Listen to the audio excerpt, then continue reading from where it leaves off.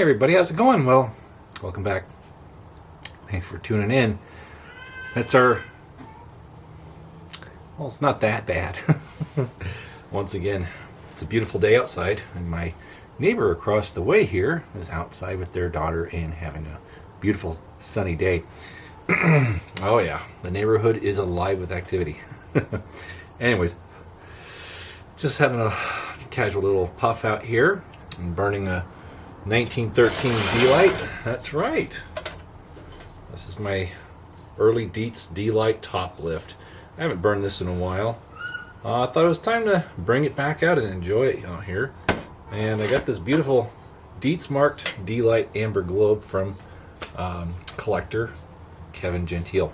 And since it's been, he kind of fixed it. It had cancer at one time, and he kind of sanded it all down and made it smooth. And it was very inexpensive. I think I paid $20 for that globe, but it hasn't gotten sick again, and it just keeps burning just fine. So I like the way it looks. It looks really nice in that aged frame of it. So anyway, it's a fun lantern, and I burn it ever so often out here, and it's just a wonderful little companion. It's a wonderful D-Lite.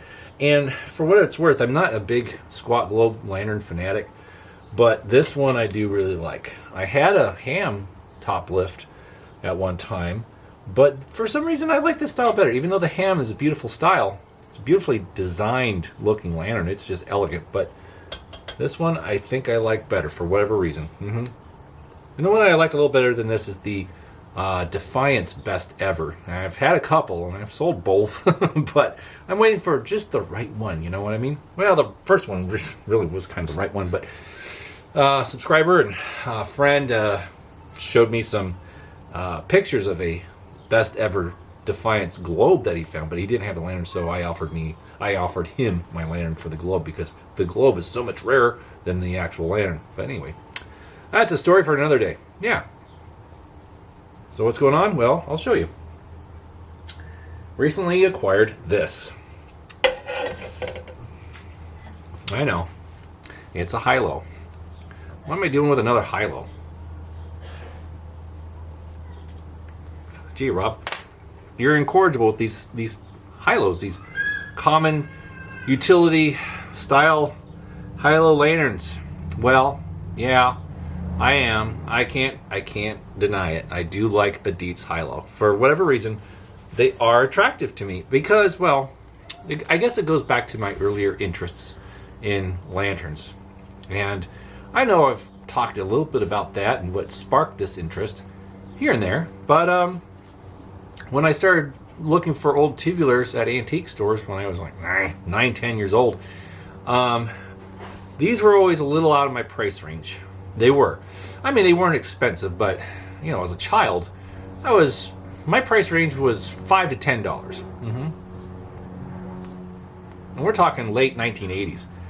And these were always $15 to $20, if I remember right. And they were always hanging up out of reach. So I just always kind of looked at them as kind of a more desirable collectible lantern, which they really aren't necessarily because they made thousands of them. Yeah, they did, and plenty of orders were filled, and there's plenty of them around. They're not rare. Even though on eBay there are sellers who think they are, and they put anywhere from $70 to $500 on a high-low sometimes. I'm sure some of you've seen some of the asinine prices people put on tubular lanterns on eBay, or even Marketplace for that matter, or OfferUp, whatever platform you find them on. They are kind of, some of them can be fairly priced, and some of them are just ridiculous.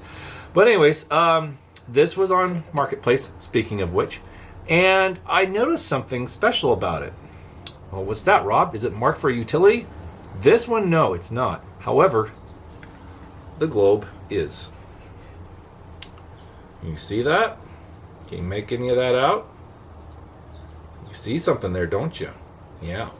Well, it's marked for Los Angeles Water Works. That's right. It's a utility marked globe.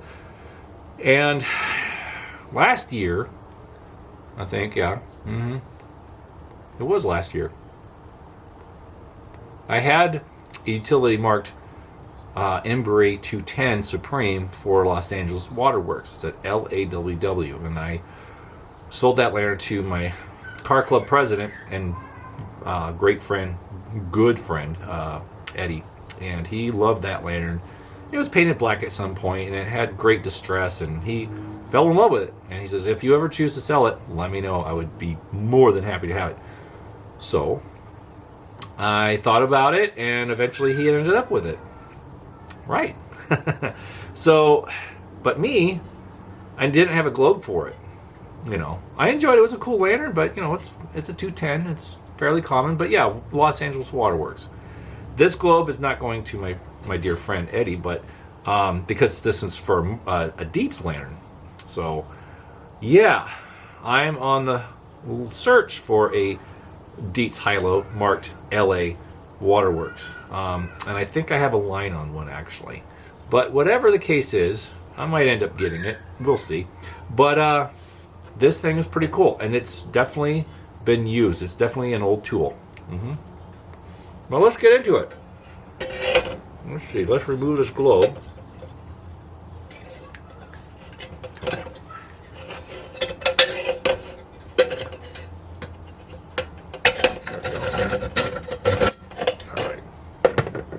There you go.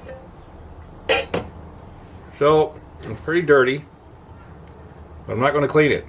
No. It looks like it's been outside for a while. It's got hints of orange, fading, but no cancer. So this thing hung outside for a while, and you can tell by the frame it's been outside. Came out of Kingman, Arizona. Now, how does a Los Angeles Waterworks globe and a high-low that could have been used in find its way to Kingman? Well, funny thing.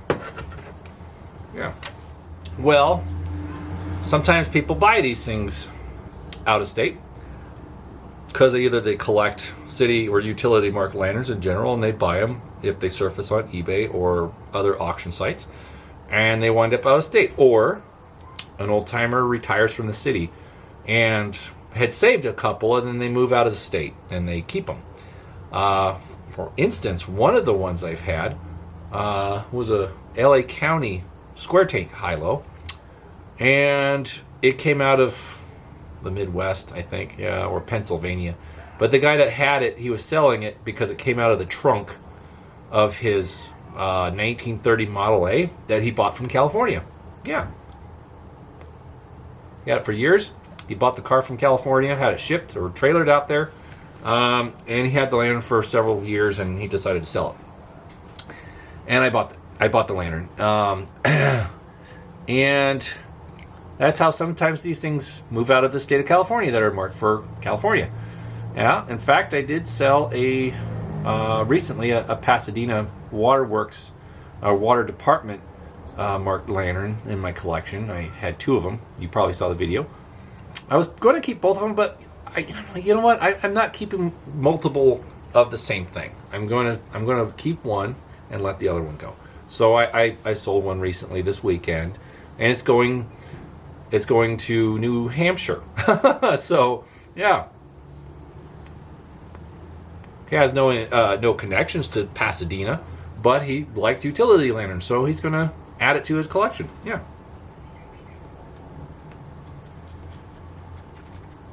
Indeed. So, with that being said, this is a really cool globe. Maybe we can get a little better look at it. So maybe with the little backlight, you can see it better. Can you see it? Yeah. You can see the stain of dirt where the wire guards were. It's kind of neat. But no, I'm not going to clean it. I like it just the way it is. You know me. Yeah. Anyway, something interesting about these marked globes.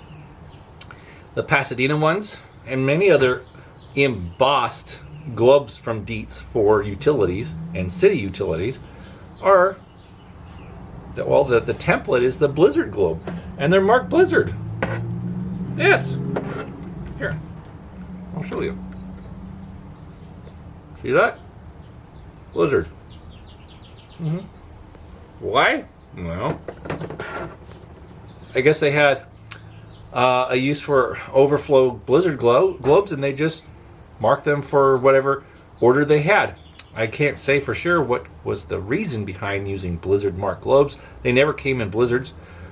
You know, blizzards were a big number 2 cold blast lantern, and they were not cheap. So most utility companies didn't use them. They didn't buy big blizzards. They bought Hilos or Monarchs. Anyways, let's take a look at the condition of this thing. It's complete. It is. It's old air. Got some light surface rust. You know, the bottom of the fount looks good. Sounds good. But, you know, someone painted it black at one time. It might have been used by the water department or waterworks. No real way of telling since it's not marked. But, you know, in fairness, that doesn't always mean that it wasn't. So sometimes city department would order a set of globes and also a set of lanterns that were marked. And it had to be an order of 100 lanterns to qualify for the extra additional cost of having it marked for your particular utility or city.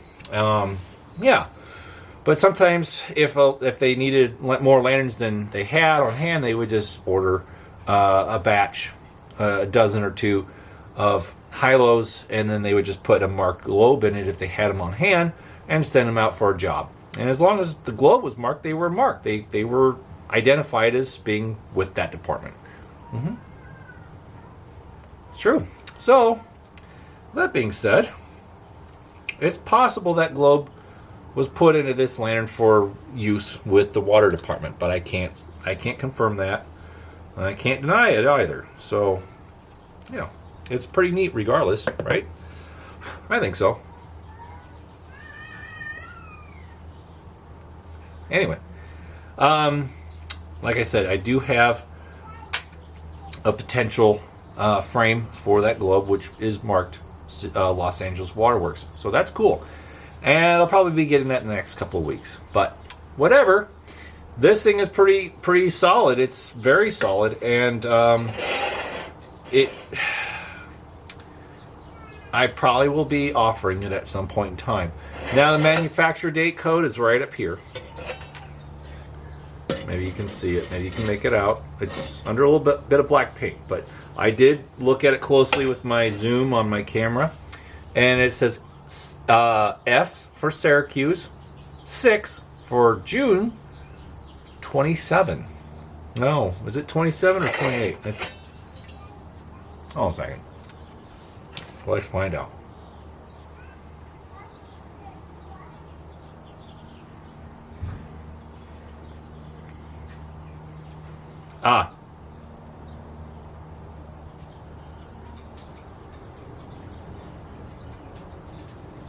There, I'll show you.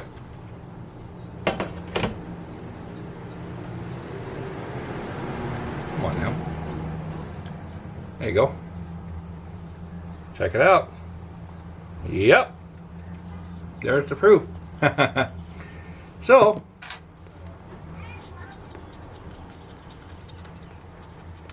$19.27. Now, if it was for $27, I'd probably be inclined to keep it because that would be my grandfather Hatch's birthday. He was born in April of 1927. 27 is also the year that, well, Lucky Lindy made that transatlantic flight to Paris. That's right. So there's a lot of historic things that happened in 1927. Height of the Jazz Age, all sorts of things, you know. Tons of stuff. I have a 1927 vacuum cleaner, for crying out loud. It's a Hoover Model 700. I might need to make a video about that because that is interesting. And it's the only vacuum cleaner I currently own and use. Yes, I know. I use almost a 90-year-old, no, almost a 100-year-old vacuum cleaner.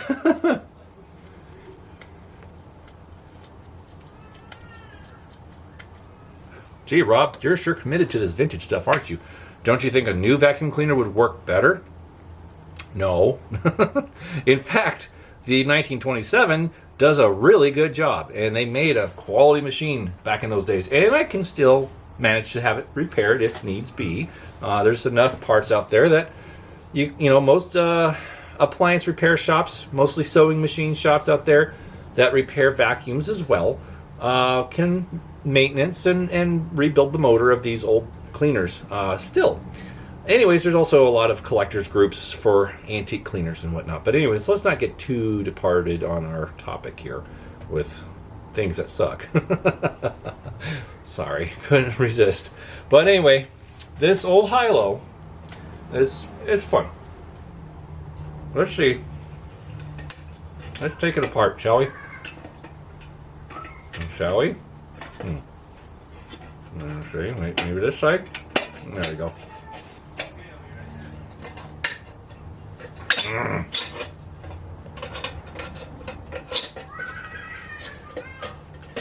Well, this hook does not want to come undone. No, it's being fussy. Come on. Come on, you're almost there. Come on. There it is. Yeah. Okay, let's see.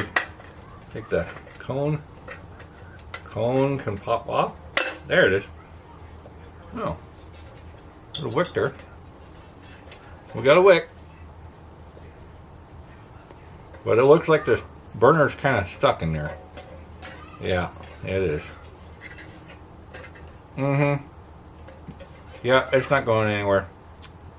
So, looks like I have to do some PB Blaster, WD-40, something like that. And I'll be able to get that out. I've gotten some out. Let's see. Oh, the cap's finger tight. Nice and loose. See what goes on in there. Can you see inside? Okay. Yeah, it looks kind of clean in there, don't it? Very clean. Yeah. That's very clean in there. It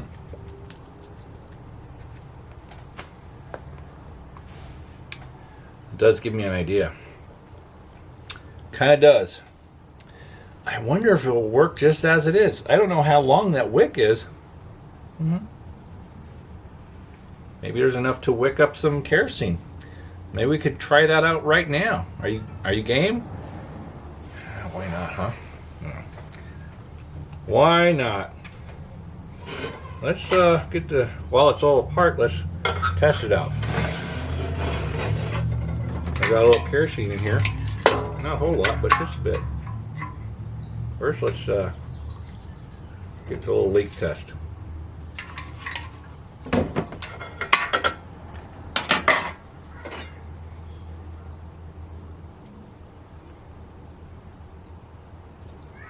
Well, seems to be holding. Seems to be holding. Get a little bit more.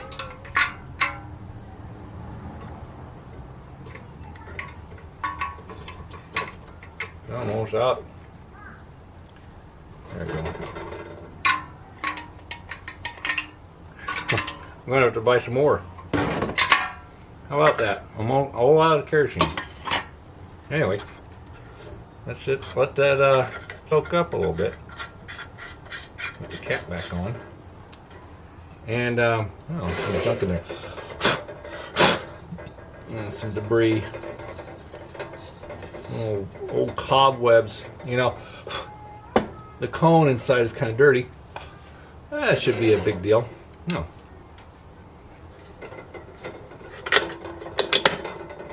All right. Put that back on.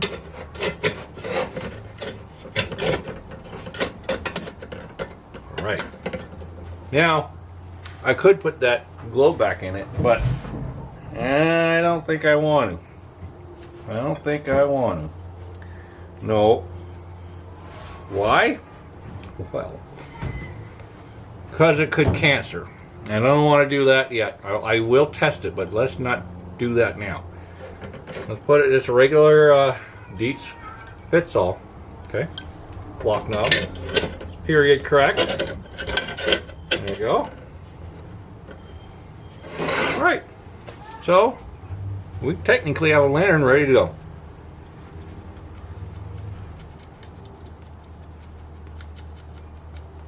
Yeah. There it is. There you go. It doesn't take too long for a wick to get the kerosene it needs to light. No.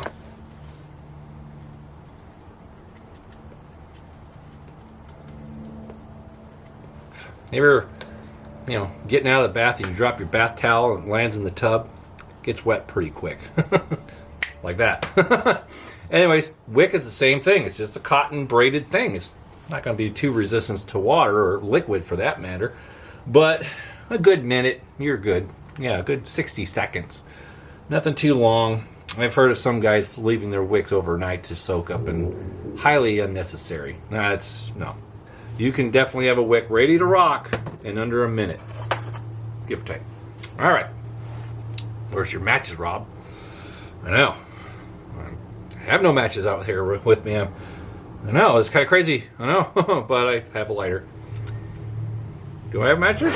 Oh, wait a minute. Let's not break tradition. No. Let's not do that. All right. Hold your breath, everybody. All right. There you go. What do you know about that? Is that a nice flame? Not bad for one that hasn't been trimmed. One that has been dormant for who knows how long. Oh man, I tell you, friends. These high-lows, there's not much that could keep one from burning well. And I would say that in most cases when they don't burn well, it's one of two things. Drafts poorly, so you have obstructions in your air tubes, or a bad wick or bad fuel. Nothing too much than that. Or a burner that's seen way too many hours. But this thing is burning. Even though the burner's stuck in it, it has a wick, and it holds fuel. So that's really all that you need to have some success. Yeah, well, there you are. I think that's a win, right? I think so. Well, once again, thanks again for joining me and enjoying this channel with all these antique tin and tubular lanterns. Yeah, I've been sitting out here a little bit and thinking about stuff. Started doing this channel back in, I think, 2018. And for those new subscribers, you might as well take a little bit of a trip back in time and look at some of the earlier videos. I do cover a lot of stuff. Now, some of my first videos, they're harder to watch because the quality's not as good, because I had a slightly aged Canon power shot. It wasn't really the highest fidelity for making videos, but that's what I had and that's what I started with. But I covered a lot of interesting things and a lot of lanterns that I no longer have, so please do a little digging between the time of my new videos, and hopefully you'll enjoy those. Well, anyways, I have over 400 videos, I think, somewhere around there. So you got a lot of catching up to do. But there we go. Dietz Hilo, 1927. June of 27. Coming up on a birthday, actually. So there we go. Pretty cool. Neat old history, neat old lantern. Who knows what and how it was used in its original period. But here it is in 2024, May, burning away. Just as it was intended to do. Just as it was designed. Yep. Pretty cool stuff. All right, friends. Well, thanks again for joining me out here in the Time Cave. And we'll see you again in a week's time. All right now. Bye-bye.